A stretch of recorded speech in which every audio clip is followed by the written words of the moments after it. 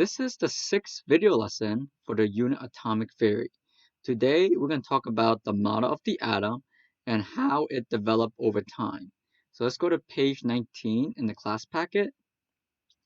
So if you recall the difference between law and theory, theories can change over time because of new information or because of experimental data.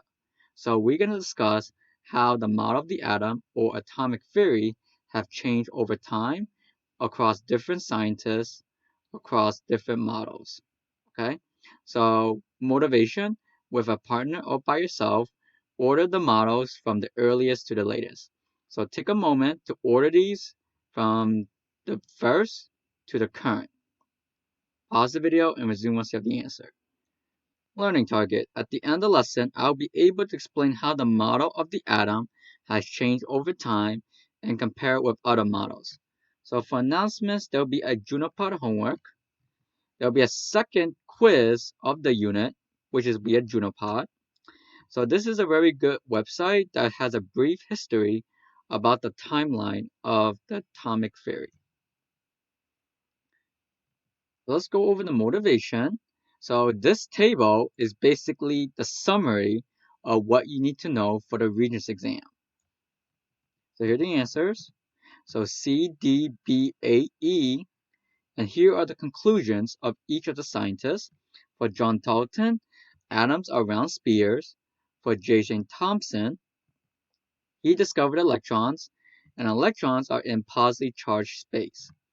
For Ernest Rutherford, he discovered the nucleus, and that atoms are mostly empty space.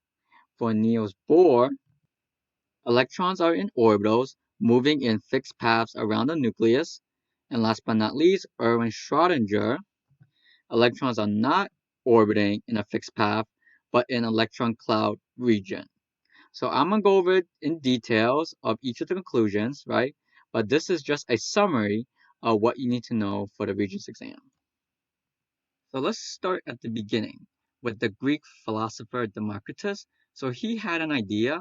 Let's say you have an object like this red rectangle here, and I keep splitting it in half, right? As you can see here, I'm splitting it in half until you reach a point where you can no longer split it in half anymore, okay? So he called that piece or that point atomos, right? Which means indivisible in Greek. So he basically coined the term atom, okay? That's where it comes from. So Democritus was basically the first person recorded to suggest that everything, all our stuff, is made of tiny particles called atoms, which is the basic building block of matter. Unfortunately, the Greek society did not really accept his idea. So just like today, people like to listen or follow famous people, whether they're right or wrong.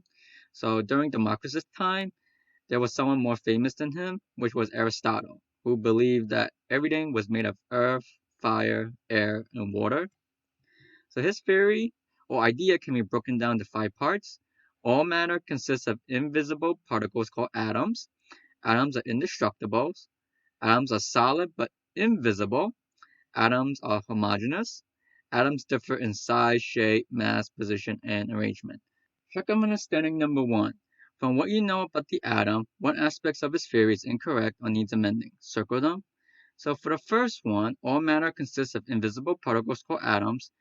This was his main idea, that all matter consists of atoms, right? And they are invisible to our eye. So this is considered correct. Atoms are indestructible. That means atoms cannot be broken apart. So this needs amending, because when we discuss nuclear reactions later, you can break apart atoms into smaller pieces, right? So atoms are not indestructible.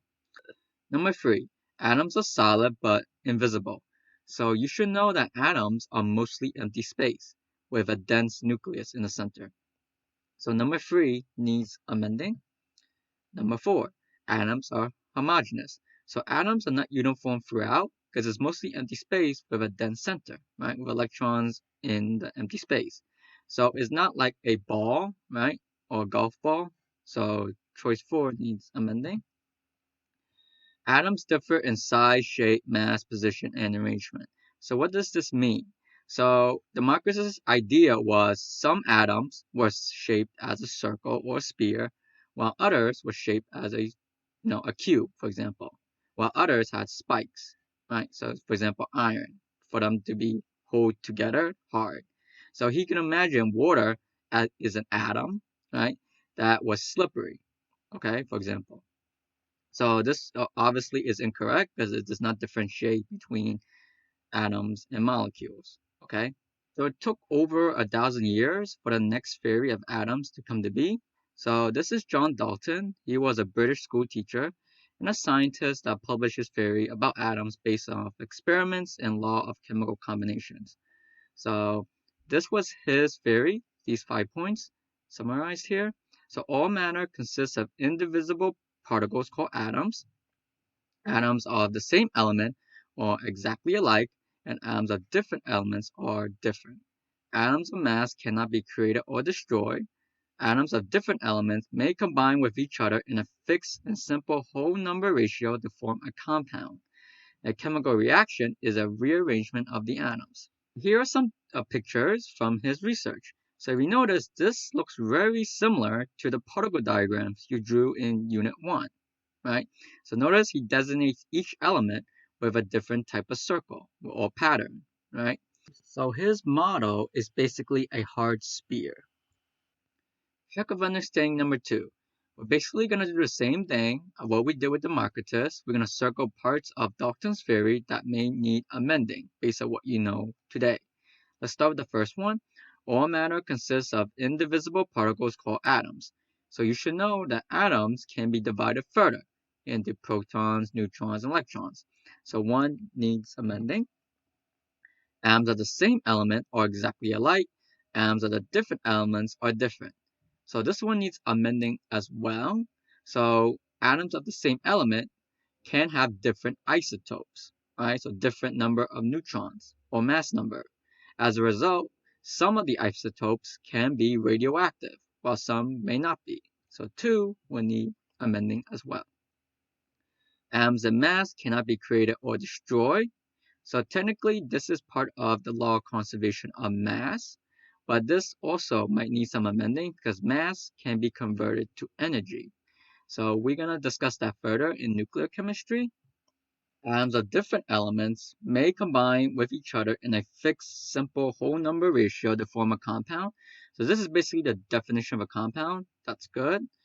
Number 5, a chemical reaction is a rearrangement of the atom. This is fine as well. So we're going to talk about 2 laws that Dalton came up with. Keep in mind that both of these laws are not on the Regents exam. Okay? So let's start with the law of definite proportion. A specific chemical compound always contains the same proportion of elements by mass. So let's look at an example to see what this means. So hydrogen weighs 1 AMU, so you have 2 hydrogens, that would be 2 AMU. And oxygen weighs 16 AMU. So what is the mass of water? You just need to add up the 16 and the 2. That's 18 AMU. Now, what is the percentage in terms of mass? Okay, so for hydrogen, it will be 2 over 18 times 100%. That's about 11%. For oxygen, it will be 16 over 18 times 100%. That's about 89%. So let's say you have a giant container of water versus a cup of water. No matter the volume of the water, it will always have the same percentage of hydrogen, oxygen by mass. So in this example, whether you have a big container of water versus a small cup of water, 11% of their masses of water would be coming from the hydrogen atoms, and 89% of their masses of water would be coming from the oxygen atom. This is always true no matter how much water you have in the container. This is the second law, the law of multiple proportions, which is also called Dalton's law. Again, this is not on the Regents. When one element combines with another to form more than one type of compound, then the mass ratios of the elements in the compounds are simple whole numbers of each other. So what does this mean? Let's look at an example. This is carbon monoxide and carbon dioxide. So one has CO, so 1 carbon, 1 oxygen, while the other has 1 carbon with 2 oxygen atoms bonding. So from the periodic table, you should know that the mass of carbon versus oxygen is from 12 to 16. So we're just going to say 12 grams of carbon is equal to 16 grams of oxygen. So if you have 1 gram of carbon, how many grams of oxygen do you have? So if we just cross multiply, that'll be 1.33. Okay? Now let's do the same thing with carbon dioxide. So if you notice, carbon dioxide has 2 oxygen atoms, right? So this would be 16 times 2, or 32 grams of oxygen. So if you have 1 gram of carbon, how many grams of oxygen is that? That would be 2.66. Okay, so now let's compare these two numbers. So let's look at check of understanding number 4. What is the ratio between the mass of oxygen in CO versus CO2? You might guess the difference is 2. So it'll be a 1 to 2 ratio, right? Which is the same ratio as the number of oxygen in CO versus CO2. Okay? So this is basically what the law of multiple proportion is. It's basically connecting the mass with the chemical formula of the substance. So you might be thinking both of these laws are sort of like common sense, but keep in mind, back in Dalton's day, people did not really understand the concept of elements, compounds, or even atoms. Okay, so Dalton had to run a lot of experiments to sort of come up with these calculations for his two laws. So the next model is from J.J. Thomson, which he called the plum pudding model. Okay, so you might be asking, what is a plum pudding? So a plum pudding is basically like a fruit cake, right? They eat this in Britain. We don't really eat this here, right? So this would be like a fruit cake, but with plums. Okay, so this is a picture of his model. So if you notice, his model has electrons in there. This was not present in the previous model. So when he designed this model, it sort of looked like the plum pudding he was eating. So that's why he called it a plum pudding model. Okay. So JJ discovered the electron, which proved that atoms are divisible because electrons, as you know, are smaller than atoms. This proved that Dalton was incorrect about atoms being indivisible. So basically, to describe his model, his electrons are embedded into a positively charged matter. So no one knows what this is. The reason why he said this matter is positively charged because atoms are neutral, right? So electrons cannot exist on their own in the atom. There must be some positively charged stuff in there. So now we're going to talk about how did JJ discover the electron. So pause this video, watch the video about the cathode ray tube experiment. The link is in the description of this video. So I assume everybody has watched the video. This is a cathode ray tube and is shooting out beams of particles, which are the electrons, which is detected by this fluorescent screen. So JJ is already suspecting that these beam of particles must be smaller than the atom because they're coming from the metal atoms of the cathode. Okay? He noticed something really interesting when he put some charged plates next to the cathode ray tube. He put a positive and a negatively charged plate next to it, and he noticed that the beam changed direction. It deflected. So he suspected that this beam of particles must be negatively charged. Why? Because of theme number 2. Opposites attract, same charge repel. Since the beam is attracted to the positively charged plate, the particles in the beam must be negative. Okay? So this is how JJ basically discovered the electron through this experiment. The next important model is from Ernest Rutherford. Ernest was a student of Thomson, so Ernest is very familiar with what Thomson did about the atomic theory and his model. So Ernest discovered something when he was experimenting with radioactivity with uranium, which emitted alpha particles. So alpha particles are basically positively charged particles. So his experiment was he's going to shoot some alpha particles at a sheet of gold foil. So the gold foil consists of gold atoms, right? So since he was familiar with Thomson's model, which was the plum pudding model, he predicted that the alpha particles, all of them, will pass through the gold foil because there was nothing stopping it, right, based off JJ's model. So this was Ernest's hypothesis. Since the plum pudding model suggests atom is empty space, the alpha particles will fly through the atom. So basically, an analogy of this is like shooting a pellet gun in the air or shooting at a tissue, right? There's nothing stopping the trajectory of the bullet. So now I want you to watch the video about the Guilfoyle experiment. The link to the video will be in the description. Once you watch this video, resume this video. So assume everybody has watched the video. So basically, Rutherford was shooting alpha particles at a gold foil and detecting it using a fluorescent screen. So he noticed that most of the alpha particles passed through the gold foil with some deflections. Okay. So over here is the diagram of the gold foil. So these are the gold atoms, and these are the nucleus of the gold atoms.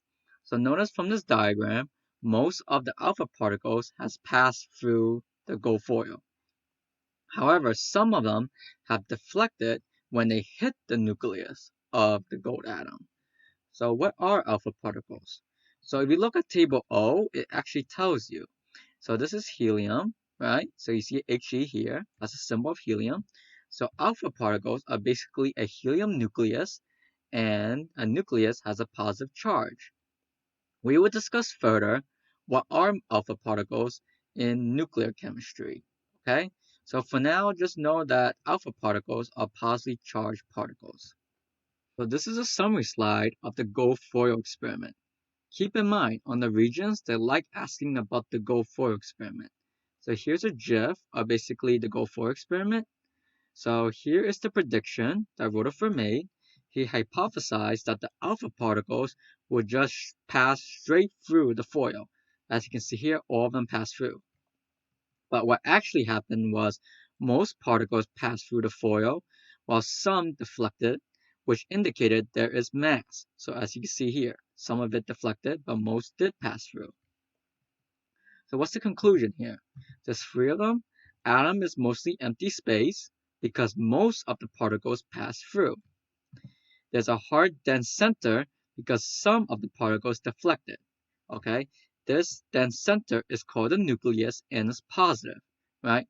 Why is it positive? Because alpha particles is positive and same charge particles repel each other. Okay, so if alpha particles are positive, then the nucleus must be positive as well. So this is a summary slide for the Rutherford model.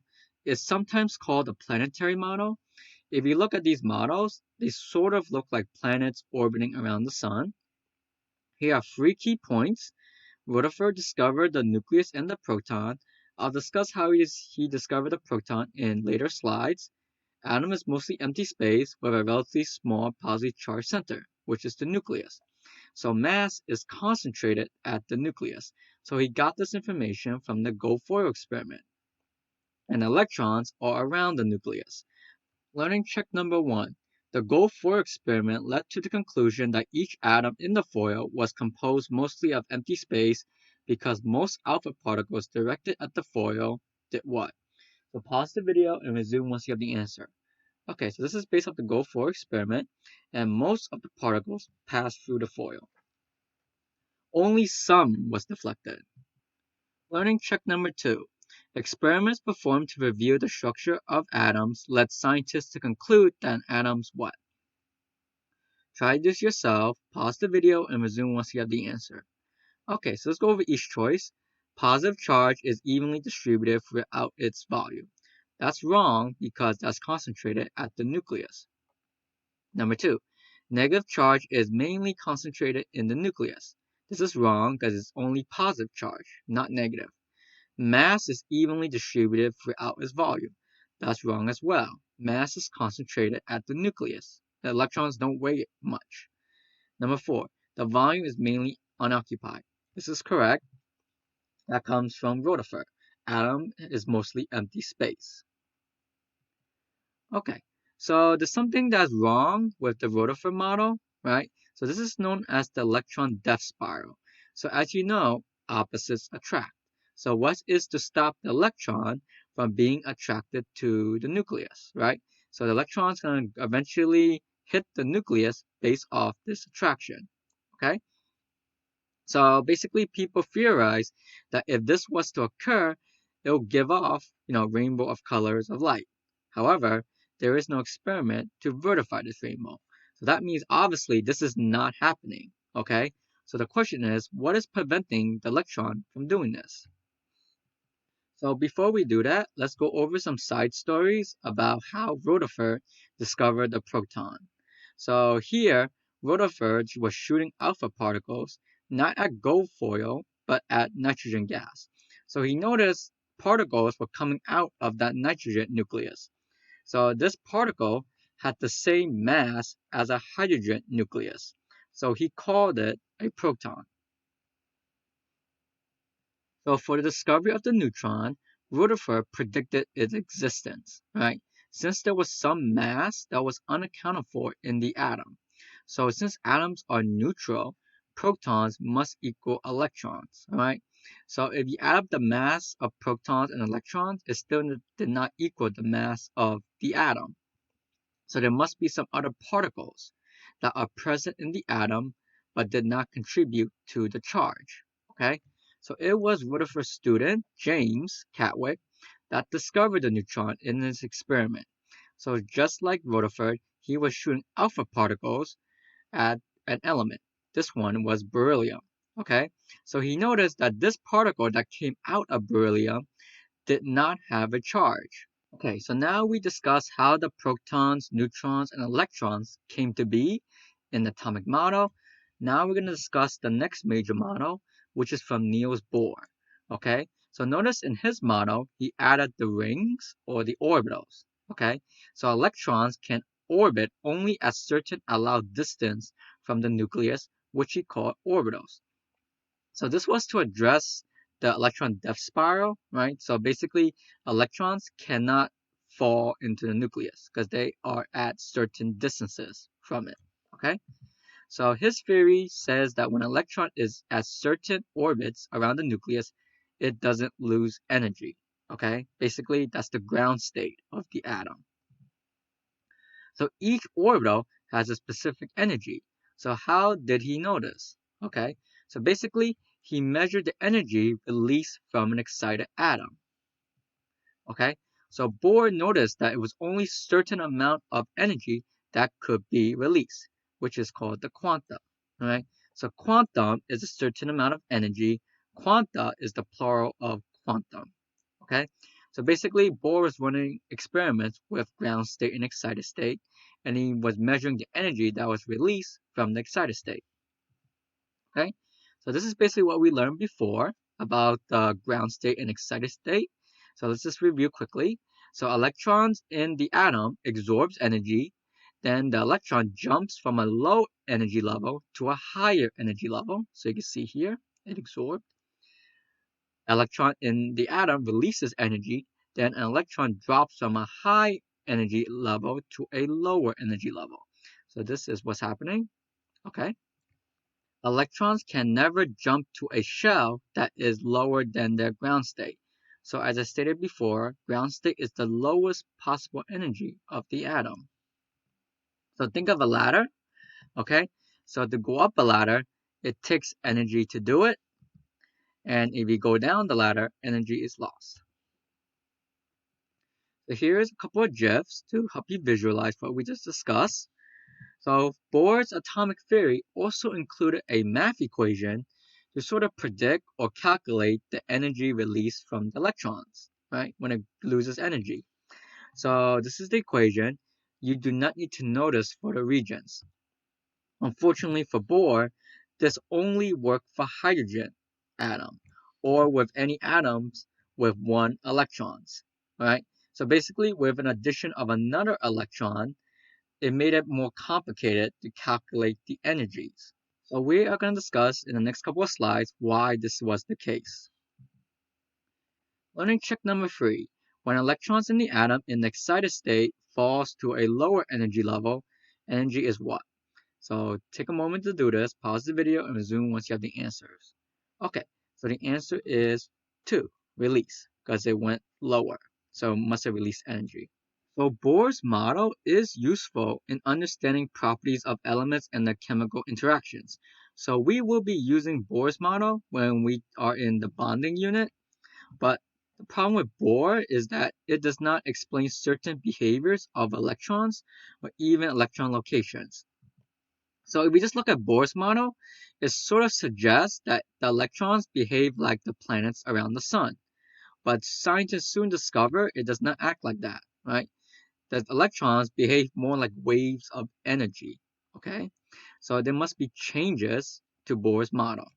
So the last model we are going to discuss is the wave mechanical model, or the electron cloud model, or the quantum mechanical model.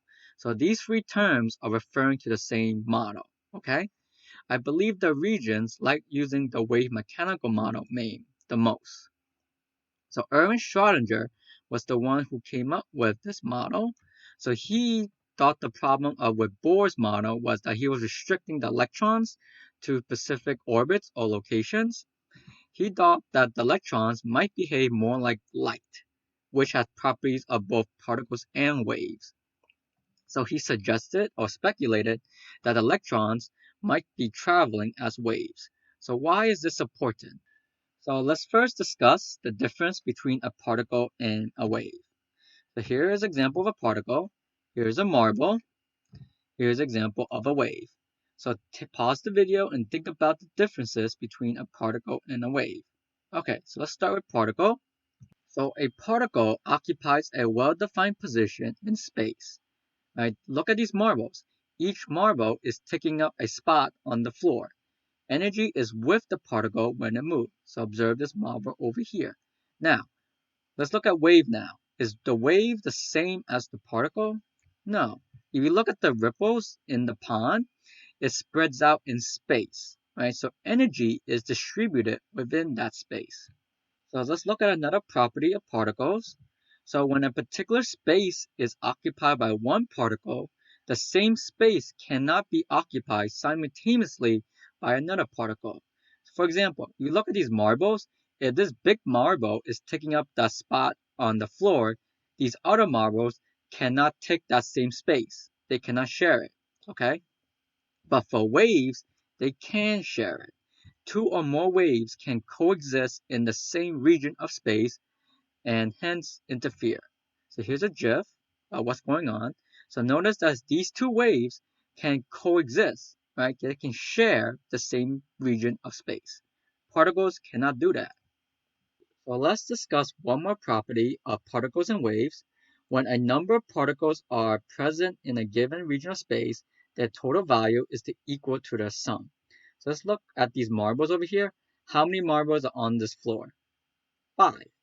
Okay, but for waves, when you add them up, they behave differently. So notice for these two, when you add them up, it actually became bigger.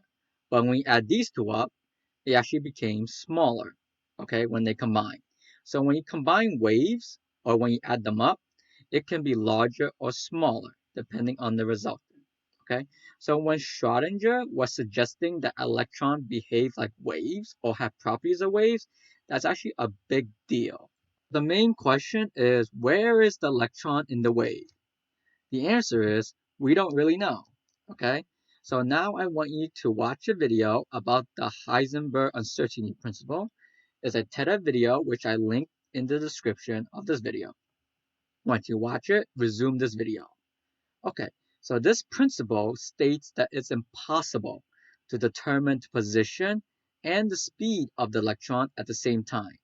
Okay, so this is because electrons have properties of both particles and waves.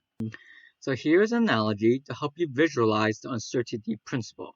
Let's say you have a fan that is turned on, right? And you want to figure out the position of the fan blades as well as the speed of the fan. Unfortunately, you cannot do both at the same time, because when you figure out one of them, the other one would change. This is the same dilemma with the electron in the uncertainty principle. So basically, Irwin was proposing that electrons travel in waves, which means you cannot determine its position, right? Because since it has properties of both particles and waves. So this was his equation to sort of predict or calculate the chance of finding that electron in that given space, which he called the orbital. Okay? So here's a summary of the wave mechanical model. So electrons have wave-like properties. Electrons do not orbit or travel in fixed paths around the nucleus, but in the orbitals. And what are orbitals? Orbitals are regions where you can find the electron. Okay? So electron cloud describes areas, which are the orbitals, where electrons are when they are around the nucleus. So if you look at this model, right, these look like a cloud, right? But these are not electrons, right? This is a region, right? This is shading of a region where you can find that electron, okay? So this is the probability density of finding the electron, okay? This is ground state. This is excited state. So we do not know exactly where the electron is, but where it might be. And that's basically the Heisenberg uncertainty principle. Let's do a learning check. In a wave mechanical model of the atom, an orbital is defined as what? So take a moment to answer this question and resume once you have the answer. Okay, the answer is 2, a region of the most probable electron location. Okay, 1 is wrong because it's not about protons. 3 is not a path like the Bohr model. So 3 and 4 are wrong. Learning check number 5. Which sequence represents a correct order of historical developments leading to the modern model of the atom? So try to do this yourself. Resume the video once you're done. So the answer is 3. This is the correct order. So the atom is a hard sphere, then most of the atom is empty space, and then electrons exist in orbitals outside the nucleus. So now I want you to pause this video and watch a TED video about the timeline of the atom. So the link is in the description under this video. So as you know, theories will change over time when there's new information or new experiments being done. So since Schrödinger, there has been new information that's added to atomic theory. For example, protons and neutrons can be broken up into quarks. This over here is the standard model. Obviously, the standard model is not on the Regents exam. You can watch a TED video about the standard model. The link will be in the descriptions. Okay? Resume this video once you watched it. Okay, so this concludes the video lesson for today. Hopefully, with this lesson about the atomic theory, you have an idea of how science works over time. You can do more practice questions on the next page. There are some multiple choice and free response Regents questions. Remember to do the Junopod, homework, and quiz.